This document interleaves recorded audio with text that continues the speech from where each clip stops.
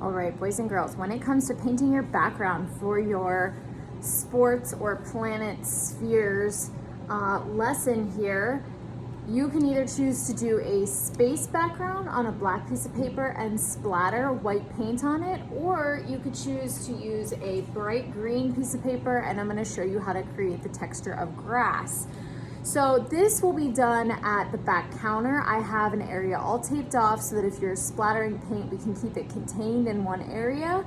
I will be supplying you guys with white paint that's been watered down.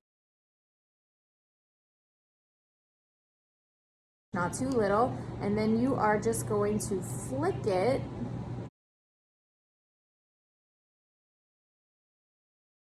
not really one way to do it. You can also hold it like this and tap the end of the brush, and you can see it kind of creates a slightly different effect. So if you get it on yourself, it should come off.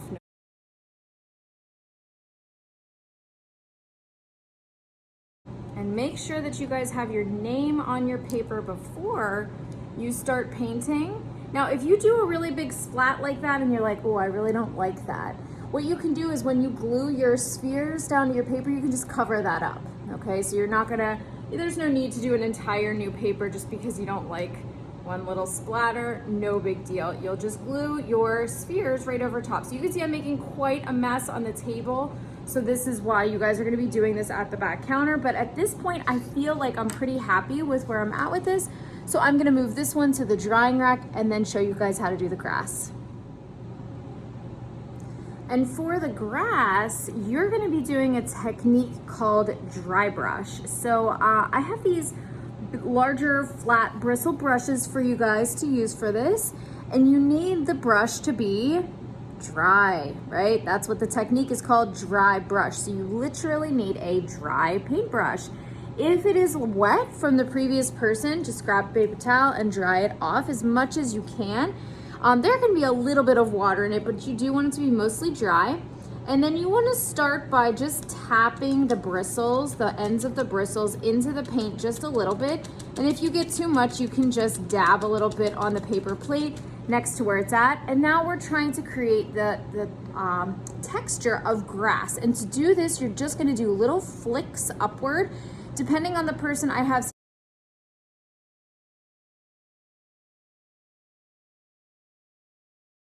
really quickly.